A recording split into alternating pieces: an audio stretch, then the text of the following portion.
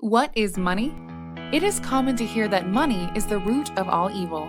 We are told that money is synonymous with greed and that desiring it is somehow inherently bad. This is not true. Money is perhaps the single most important creation in the history of mankind. Just take a moment to consider a world without it. Think about all the things in your life that you enjoy. A house, a cell phone, a book, a new computer game, new clothes, car, a meal at your favorite restaurant.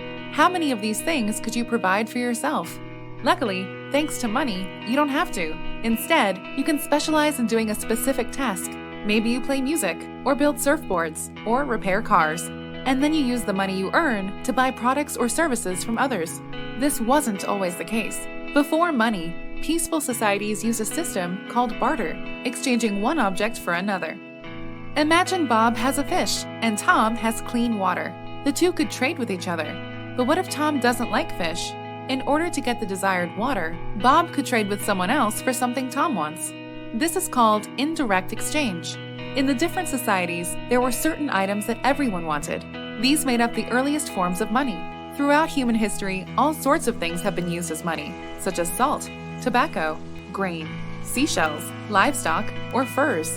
Over time, societies ended up embracing some form of metal, such as gold and silver, as their preferred form of currency. Why is this? Many societies value these shiny metals as jewelry, luxuries, and for industrial use, but they also have many other benefits. Metals are hard to destroy. They are uniform and divisible.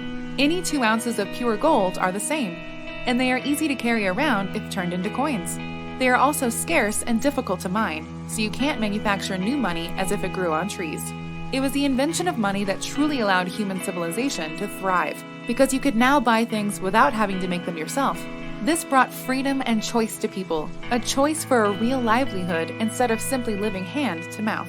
You could now be a farmer, a seamstress, a sea captain, pirate, or tradesman. This specialization, called the division of labor, allowed people to become more learned and skilled, and to produce more complex and useful things, improving the quality of life for everyone. Money also made it easier to save for the future. By saving some of the money they earn for doing tasks, people are able to purchase larger and more complex items, like a new house. Of course, when people began to have savings, they wanted new ways to protect their money. This gave way to banks, where you could deposit your coins with someone who would keep them safe, in exchange for paper receipts that you could redeem when you wanted to get them back. The paper banknotes themselves became a form of money, since you could exchange them with others who could then go and claim the gold you promised them. In fact, many of the names for currencies today are derived from this system.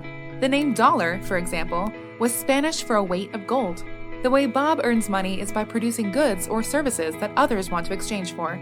Once societies began using paper, it was easy for governments to print new money, even if they had not collected any gold to redeem with the paper banknotes. Throughout history, this has been a popular way for governments to generate new money because it was easier than other options, such as collecting taxes. Although this was good for politicians, it was bad for the rest of us, as our money lost its value.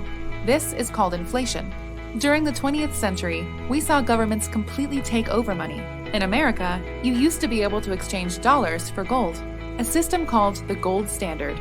In 1913, America created a central bank, the Federal Reserve, which began creating new dollars without new gold.